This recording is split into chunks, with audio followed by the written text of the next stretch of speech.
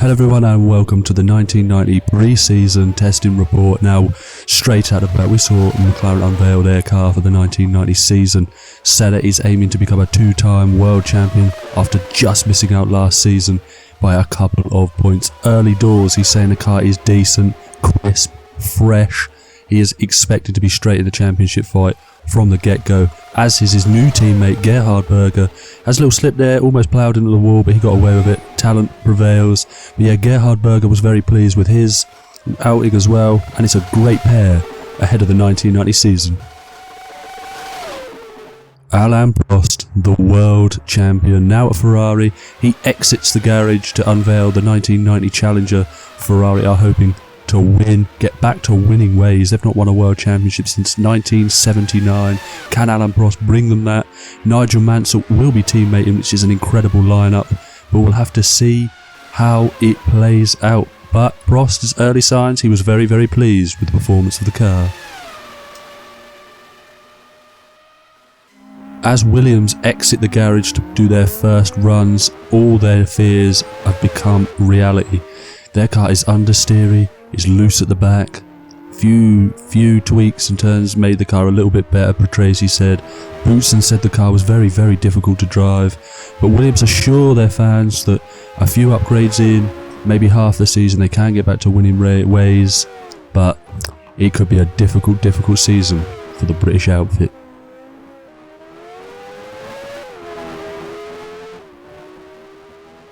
Rainy Silverstone was the location for Benetton and their unveiling of their new car, the Challenger for the 1990 season, and they unveiled their new driver, Nelson Piquet. He was elated with the first session, despite a small off. He ran a little bit wide in the wet, but that is to be expected. They were trying a few things, but he said he's looking forward to the new season, a new challenge, but can he be a world champion or even race winner in the Benetton? Only time will tell.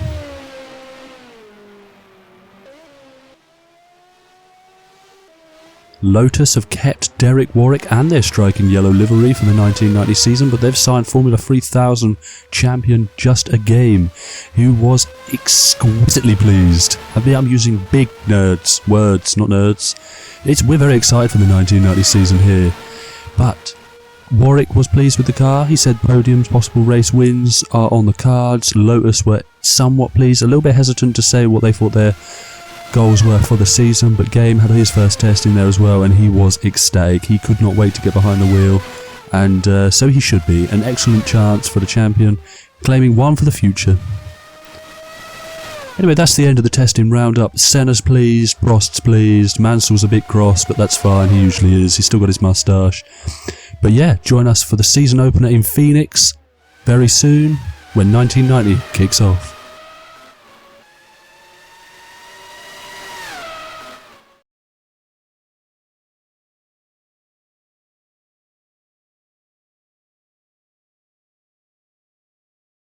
Hello everyone, I just wanted to use this small gap to welcome you along to this brand new series. I plan to make this a very, very long running series, so I hope you enjoy.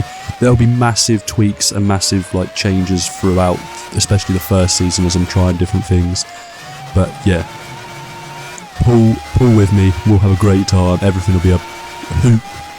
But yeah, this is a qualifying report and we'll get straight into it. And we struggled massively. Obviously I've never driven this track before, and yeah, that's pretty much it.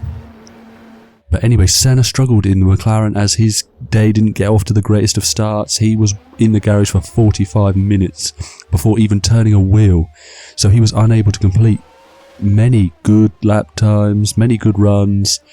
It was a difficult session for him. He will find himself down the pack, but he says long season ahead, and he's looking to progress.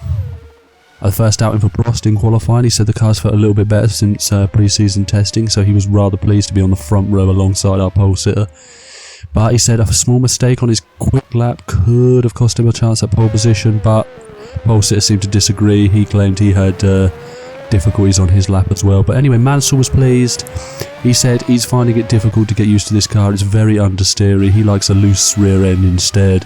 He likes to be able to control the front, have the rear stepped out. Prost, the professor, he was he was more upbeat about the situation at Ferrari.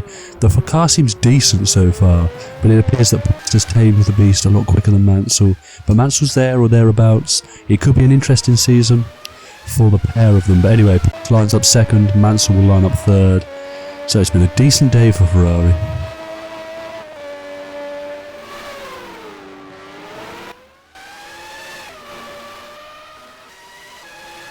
Gerhard Berger, on his first outing for his new McLaren team, lit the time screens up all session, untouchable. Now with the sole McLaren for most of the session, it was Berger's to lose, I should say, but he crossed the line on his third flying lap, took pole, and no one got anywhere near it. He was 0.3 of a second faster than anyone, so it'd be interesting to see if he can carry that through to the race. You join us on the grid now. Yeah, boy. This is going to be a lot. Hopefully this will be a long running series. So basically what we're going to do is, when you're on my point of view, we're going to speak about it as if I'm just commentating over what I would do.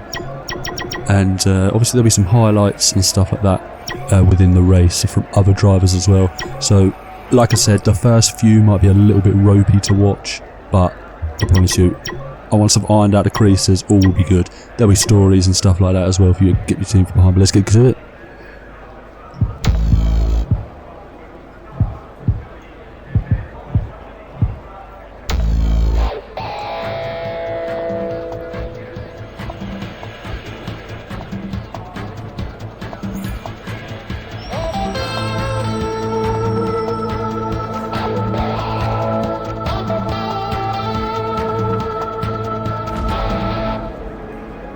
Hello there.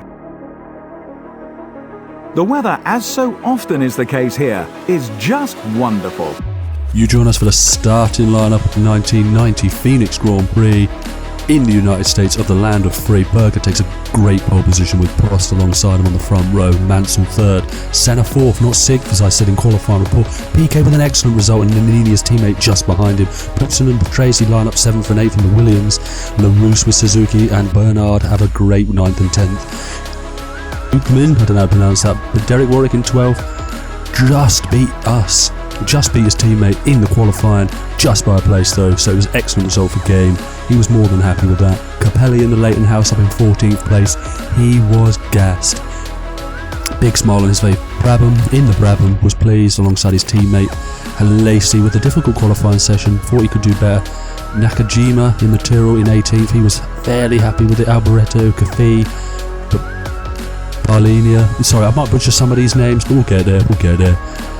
And the back row is, and the last is the live car, so just ignore him. It looks like a Ferrari.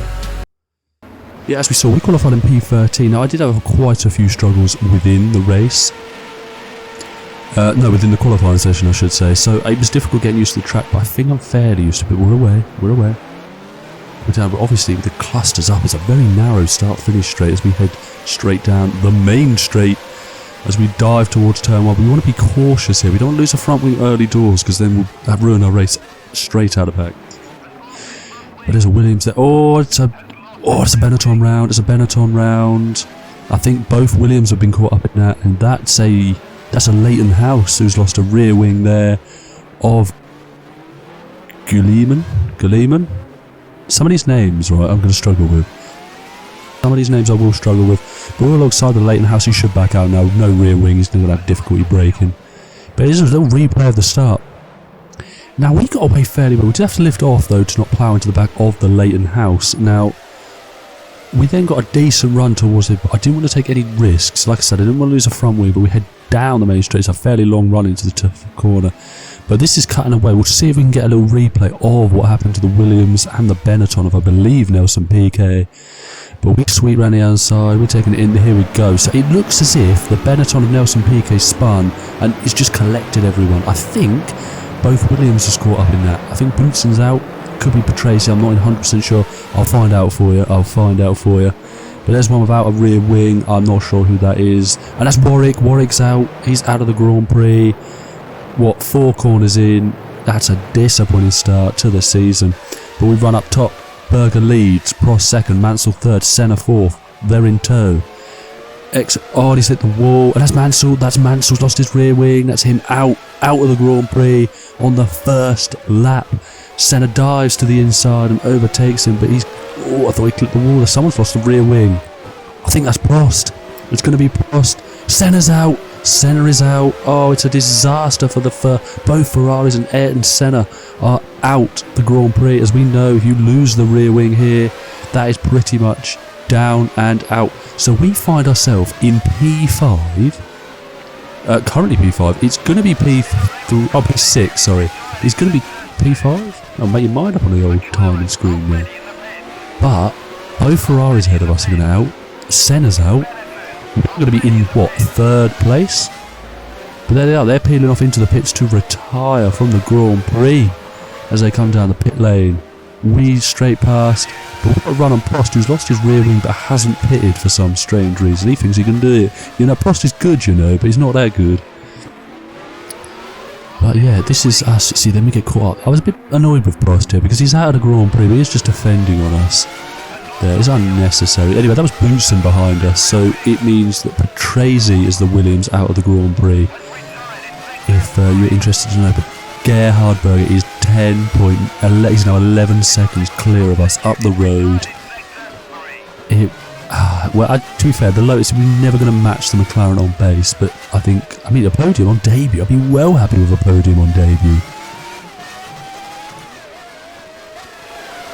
But anyway, this is what happened to Alain Prost, who is currently in 2nd place behind Gerhard Berger. Just took too much speed into the corner. He's run wide, they lost the rear, and he's plowed in. Senna's plowed. He's hit that wall fast. He's lost his front wing, his rear wing. And yeah, like I said, both out of the Grand Prix. But we aim lap 2, 12.5 seconds behind Gerhard Berger. And by that math, he is about, with me in clear air, should we call it 2.5 seconds a lap quicker than us. But anyway, the rundown. Berger leads, we're 2nd. Brabham in the Brabham is in 3rd. Lacey up into 4th, he started P17, I think. Nakajima, I believe, is in the Benetton. Cafe in 6th, rounding off the points. It's been a wild. We're only on lap 3, and it's been chaotic. You see, Gerhard Berger's putting fast laps in now. He's about to be 13 seconds. We are really good off that final corner, so... But a straight line speed, 100% is thing. But this is, we're right on with Thierry. But yeah, this is Boutsen, who's made the same mistake and he's out. That's a replay from, I believe, lap 1 or 2. He is out of the Grand Prix. That means both Williams. I know they were struggling this season, but that is not going to help things. But yeah, Thierry Boutsen and Riccardo Patrese are out of the Grand Prix. We are pitting now for our first pit stop as a Formula 1 driver. No speed limit in the pit lane apart from at Monaco this season. So we box straight out. We have lost a couple of positions. Issue being, though, at this stage, we have just learned that we have a fuel flow issue, hence the lack of fuel going into the car. There is an issue with the fuel flow, which means we are going to have to make another pit stop, whereas the AI may only make one more or none at all, because there's no mandatory pit stops for this season. If you can get the tyres and fuel to the end of the race, then you are more than within your rights to do that. But Gerhard Berger leads David Brabham by 36.7 seconds from a Lacey behind. We are 4th, so our podium is still on. But if we have to pit again, I think we may lose out on the podium. So I think we're playing for points now. Nakajima and Kofi round off the points, so no change to the order in the last 4 or 5 laps. It's good. But here's Gerhard Berger. We hadn't seen much of him since he led off the line. He stayed out of trouble. He's lap 8, lap 9 now, and he's just cruising at the front. He's about to surely take a debut McLaren victory. And surely, if it all goes well, he runs a little bit wide there. But he has been in a class of his own now. He's nearly a minute ahead of the rest of the pack, which says a lot about how good that McLaren will be for the 1990 season. Anyway, we are caught right up to the back of Jean Lacey. And a good slipstream out of there. Stay in the slipstream, we might be out of bonks. We're really good on the brakes. Up the inside. Get the move done. That is P3, I believe. So that is us back into the boom. Almost put it in the wall. Lacey saw an opportunity there. Didn't take it, thankfully. But yeah, that's us up into P3. Excellent. So we're on a podium. Brabham is 4 seconds up the road. Now, we should, in this car, be able to catch him. I will be quite cross if we haven't got the pace to catch him. However, we are going to have to make a pit stop in at least the next 4 laps. But One sign is we won't obviously have to make another pit stop after that, but we are making 2 stops this race when I think a lot of the AI are not making any at all. So the fuel flow issue for us is going to cost us at least, probably maximum 2nd place. We weren't going to win the race today, but yeah, there's a few warning lights come up, and it's been it's not a great day. I thought we were going to get podium on debut. This lap 11 now. We've halved the gap to Brabham, but we are going to have to come into the pits. I believe we're coming into the pits at the end of this lap. Get it out of the way, but we are going to drop back behind a Lacey, and I maybe even drop back behind P5. But we will see when we exit the pit lane. Yeah, we've got some blistering tyres, so we can change the tyres as well. We're not going to pit, we're going to go one more lap. I think that's so we can 100% get to the end. I think it's so we can 100% get to the end, and then, fingers crossed, just gun it for the last few laps. We've brought it down to 1.8 seconds to Brabham, but we had a difficult in-lap. The gap's now 3.8. So we are in big cross, but we are going to have to come into the pits, get the car stopped for the pit boys. Lovely stuff in. We're making 4 tyre changes, and some petrol is going to go in the old tank, and they'll send us on our way. We should not return here again for the rest of the Grand Prix. But we're currently P4, P5, so Cafe and Outright. So we've got Alboreto behind us, but he's 10 plus seconds behind, so we haven't got to worry about him. Cafe in the... is it the... I can't remember what car they've got. We'll find out. In the footwork, but we have got Cafe ahead of us, and he should be. We're on fresh tyres. We should make an easy pass here. I like to think almost touched the back of him. We're all over the back of Cafe. As we had a great exit, we're almost plowing into the wall, trying to find space to get an overtake. But he holds the line. We should be getting past him a little bit better than this. With 4 to go, I wonder what the gap is to a Lacey. Probably a lot higher. I think 4th is probably best we can hope for. I think the issue we had is because of how difficult our race had been, I didn't want to throw any more points away by just sticking a nose up the inside and it just all going wrong for us. But we are going to get a slipstream now. We're doing incredibly good on the brakes into the following corner, so fingers crossed we can make a move. We're going to dive it up the inside, get the car stopped. This car is very good on the brakes, but we are up into P4. That's ahead of Cafe, and I think this is probably the best we can hope for. But with a damaged car, we've gone in within the wall. No damage, but Cafe is back past, and he is scuttling off up the road. Oh, that is a disgrace. That is poor from us. Rookie errors here. Because Gerhard Berger, he's trying to unlap himself. That's a Leighton House. I'm not entirely sure what Leighton House that is. It could be Capelli. I think he's still in the Grand Prix, but he's trying to get past a little bit. Oh, he's lost his front wing. Berger's lost it. Oh, he has lost his rear wing. But Gerhard Berger has lost his front wing, trying to lap the Leighton House of, I believe, Ivan Capelli. And I'll be honest with you, that was poor from Berger. He's in the pits now to get a replacement. He should come out still in the lead, because I think he was about a minute ahead of Brabham. So he'll get a fresh set of tyres and a new front wing, and he'll be on his merry way. But that was poor from Berger. He didn't need to make that decision and be so rash up the inside. He could have just saved it. But there's the life car scuttling past. But Berger's now back out on track, fully fixed, fully fresh tyres. Yes, anyway, we are on the penultimate lap of the Grand Prix. We have caught right up to the back of Cafe. Now, I'm hoping to get past and put myself back into P4, because that's a good chunk of points, because you get 9 for a win at the moment. Classification is, that's Berger starting his final lap of the Grand Prix. He is flying now. He's got those fresh tyres, but Brabham 35 seconds behind. But we are about to start our last lap at Grand Prix, but we are very far behind. You see, we are a minute behind and he's lost the front wing. So interesting to see, but here we are. It's Gerhard Berger as he rounds the penultimate corner, as he rounds the final corner, and he takes his first win for McLaren at his first attempt, and he leads the championship after round 1. He is gonna be ecstatic with that. However, we were ragging it a little bit to try and catch Cafe, and it didn't work out for us, but I will be happy with a points finish on F1 debut. I'll be more than happy with that. So we crossed the line. We have come 5. I will take that all day long. It's points. I think it's 2 points. But anyway, that is the classification as we see it in front of our eyes. Gerhard Berger wins by 38 seconds to David Brabham. Now, that Brabham result is going to be huge for later on in the season, because they're not usually all going to be consistent point scorers. Same with a Lacey, maybe. Footwork, Arrows, Kofi, that's a huge haul of points for them. We get 2 points for P5. And, yeah, it was a strong race. And it probably was. It was Ivan Capelli that we were looking at earlier.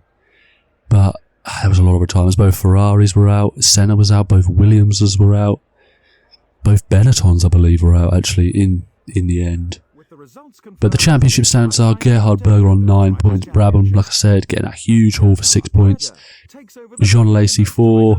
Kofi on 3. We're on 2. And Alboreto takes the final points place. But there's still a lot of points to play for. And yeah, that's the Constructors' Championship, same order as the Constructors that finished. But anyway, if you've enjoyed the video, like, subscribe. We're going to do this for a while. Join us next time for the Brazilian Grand Prix.